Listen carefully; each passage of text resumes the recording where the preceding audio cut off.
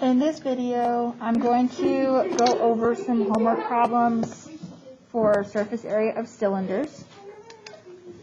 I do want to point out it's not written on your homework, but for the first 4 problems, you need the total surface area and the lateral surface area. You need both the total surface area and the lateral surface area for the first 4 problems.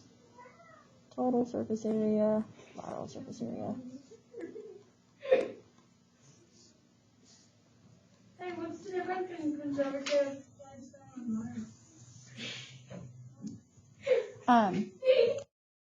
Okay. Second thing I want to point out is the first 2 problems give you the radius, the halfway from the edge to the center of the circle, or from the center of the circle to any edge. That's the radius. The bottom 2 problems here go all the way from end to end, so that gives you the diameter.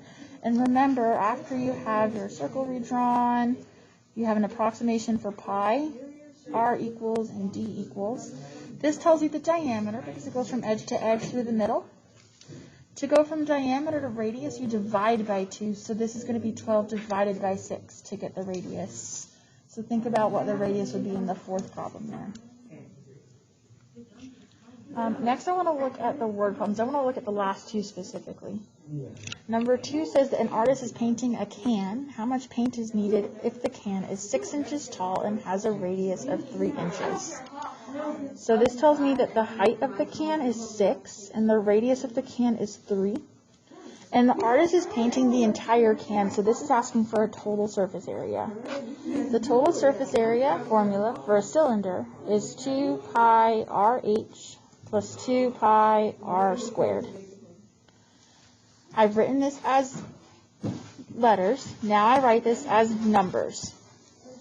So I've got 2. Instead of pi, I can write 3.14. Instead of r, I know that the radius is 3. Instead of h, we know that the height of the can is 6.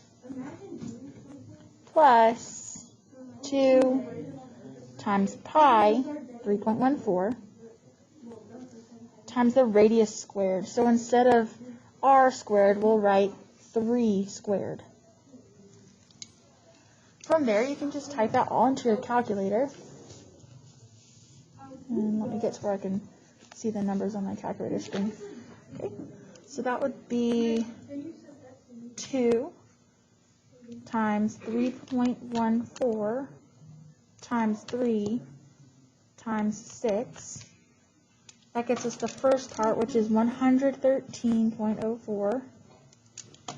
The second part would be 2 times 3.14 times 3 squared. And one way I can type in 3 squared is 3, the caret top, and then the 2. And that part is 56.25. That product is 56.25. After we have both products, now we're going to add them together. You can use your calculator for that. And you get 169.56. If you used a different approximation for pi, your answer might vary. That's okay as long as it's around 169.5. And this is talking in inches, so the surface area would be inches cubed. So if you are the artist painting this can, you would want to make sure that your can has approximately 170 square inches of paint. Number 3 says if the artist is now deciding to not paint the top of the can. So originally they were painting the entire can. I'll draw a little can here.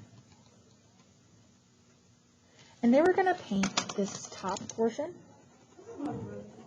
the bottom portion, and also they were going to paint the side. Now, they're not going to paint the top.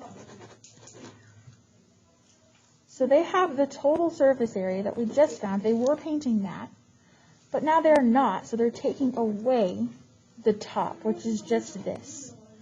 The area of that is pi r squared.